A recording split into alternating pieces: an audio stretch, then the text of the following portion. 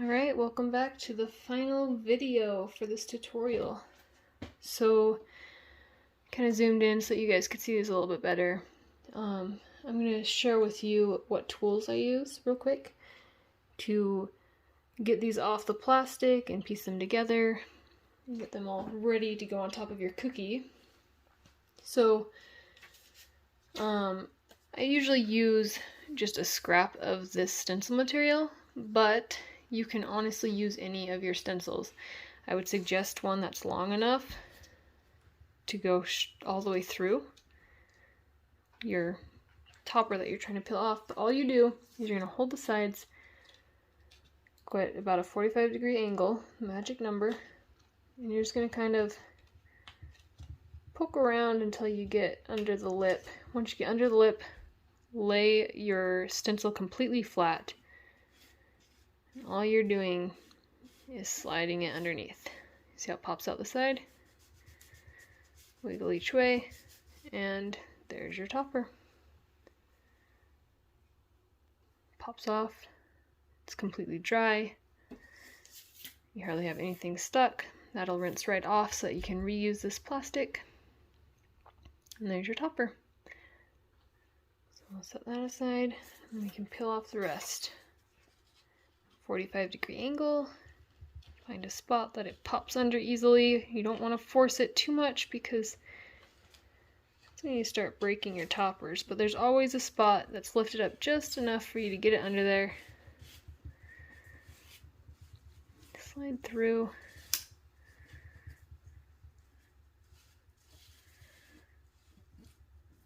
And you just want to follow along those leaves and it pops right off. It's kind of satisfying. I'm not gonna lie. One of my favorite parts of the whole process. So with these leaves, you don't want to start at the stems because you probably will break them. I'm gonna start at the end of a leaf. Just kind of go from there. And then get your corner in there so that you can get underneath that other leaf without breaking anything. Perfect. So this is where creating that 3-layer base saves you a lot of heartache because you can actually pick these up. You're able to peel them off. They didn't crack. You can pick them up, put frosting on the back, piece them together, so saves a lot of time. So that's one thing. You use your stencil to peel them off. So after that, we want to see if this leaf will piece in because it needs to go between right there, and you see how it fits in there perfect. That little tiny island that we frosted should fit perfectly. So this one does fit perfect. If it did not, by chance, because this is a learning curve, and if you didn't get that frosted perfectly, I did make the stencils. When I made them, I did account for a little bit of wiggle room. So if you did smudge underneath a little bit, it gives you some wiggle room. There is space between them.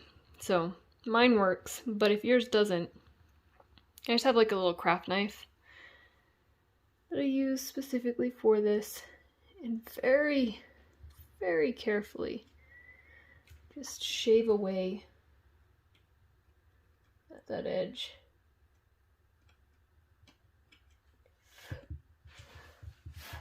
And you can blow away the crumbs that are left, little shavings.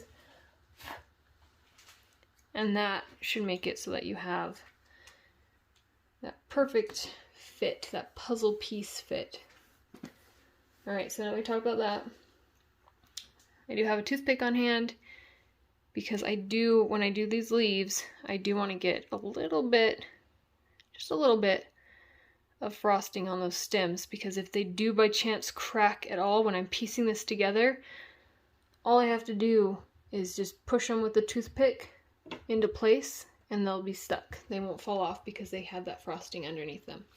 So on the finer details, make sure you get frosting underneath them so that they don't end up falling off completely. You can just tack them on by pushing them lightly with your toothpick. So we're going to use the same exact frosting that we used to frost with. You just get a bunch on your, not a bunch, but enough to go underneath your little puzzle pieces. And this you want to water down a lot more than when you frosted, because you want this to basically smear wherever you're trying to put it, especially for those finer details. So you want this to be fairly watery. You see the water, I don't know if you can see that. Yeah, the little puddles of water that are forming. That's what you don't want when you're frosting with your stencils. But when you are tacking them on, piecing them together, that is perfect. You want to be able to stop, look at your frosting, and see puddles of water start forming. So let's start with this one. Super simple. You can see the back is completely dry. Just do a swipe. Just like that. And you don't want it too thick or too close to the edge, because when you push it down, you don't want that white to pop out and show. And it does not take very much to get it to stick and stay, because it will harden as it sits and dries. Just pop that right on there. So the reason I did that one separate is it adds to that 3D effect, you know. The pit is, you just cut this peach in half and that pit is coming out towards you, so it just kind of adds that extra depth to your topper. So as you can see, just that slight raise just kind of adds, I don't know, just adds a little bit to that depth. So there's your half peach. Done. Completely done. Ready to go on your cookie. You don't have to worry about that one anymore. So now we're going to worry about these leaves. And this is where you have to be super careful. You don't want to break them. So you want to hold on to somewhere where you know if you hold it, it's not going to snap. You don't want to hold necessarily like right here, because putting pressure there could snap your whole thing in half. So you want to hold on to where you're frosting. So I'm going to be frosting that big leaf right now.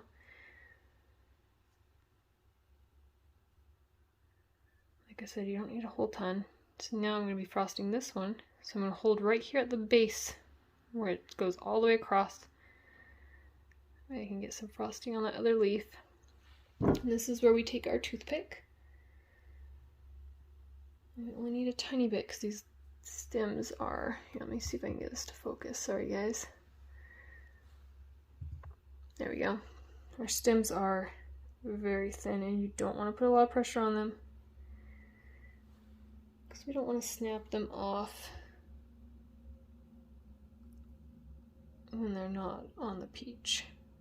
Once they're on the peach, if they snap off, we've got this little bit of frosting that we can tack them back on with. And I can't tell you how many toppers I have made that have ended up snapping and nobody knew, because I was able to just piece them together with my frosting and nobody knew any different. They couldn't even tell. So let's, oh, I'm so sorry. That was out of focus. But there's your peaches. I'd say that's probably close enough to make anyone happy. So there you go. And then I'll show you how to put these on your cookies here in a sec. Let me go grab my cookies. First, I am going to remove this plastic.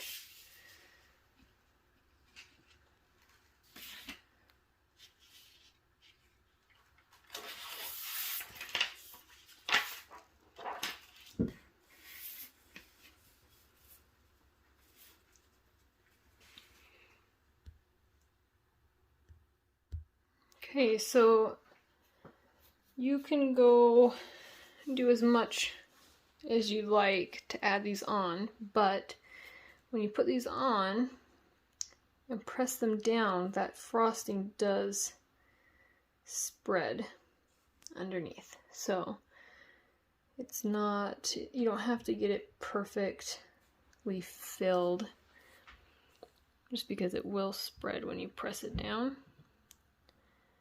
As you can see,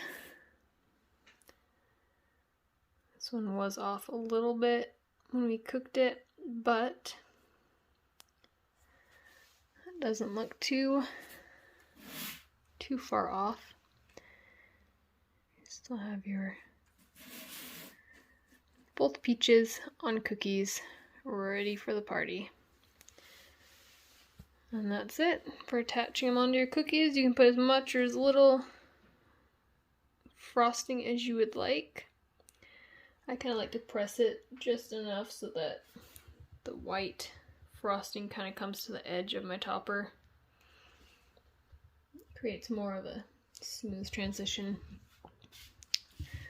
But yeah, I usually do just a full circle cookie. I don't usually cut them to the shape of my toppers just because of right here. You can see how it doesn't line up perfectly. But even with it not lining up perfectly, it looks totally fine. So, there's your cookies.